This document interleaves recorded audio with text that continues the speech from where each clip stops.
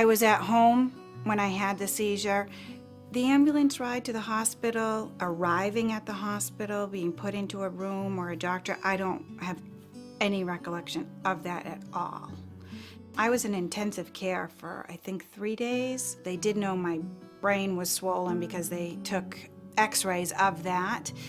I couldn't think properly at all. They diagnosed me with encephalitis. I wasn't physically capable of doing anything at that point. I went to Fairlawn rehabilitation after 3 weeks at the hospital at UMass. When I got to Fairlawn, I had to learn how to walk was step one. Getting into the shower, getting out of the shower, getting dressed, everything was new.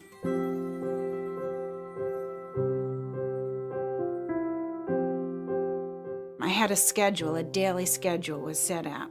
There was a speech therapist, occupational therapist, and physical therapist. The therapists are so good. They're so good. She'd take me out of the bed, hold me up, I'd hold her arm, and I'd walk down the hall. So it was a process, a daily process, waking up what you needed to do, the process of going through your day and going to bed at night. I started each day with speech therapy. I would do writing, reading, mostly words, to remember what the word was for the object. I would remember the object they would pick out, but not the word. I would go to a kitchen. I would write on a piece of paper the name of the refrigerator, the stove. That was like step one. Eventually I made cookies and cooked. They had a gym, and I could do physical therapy, like really working out. I mean, that was huge for me. I've enjoyed that my whole life, but this was really to get back to being normal.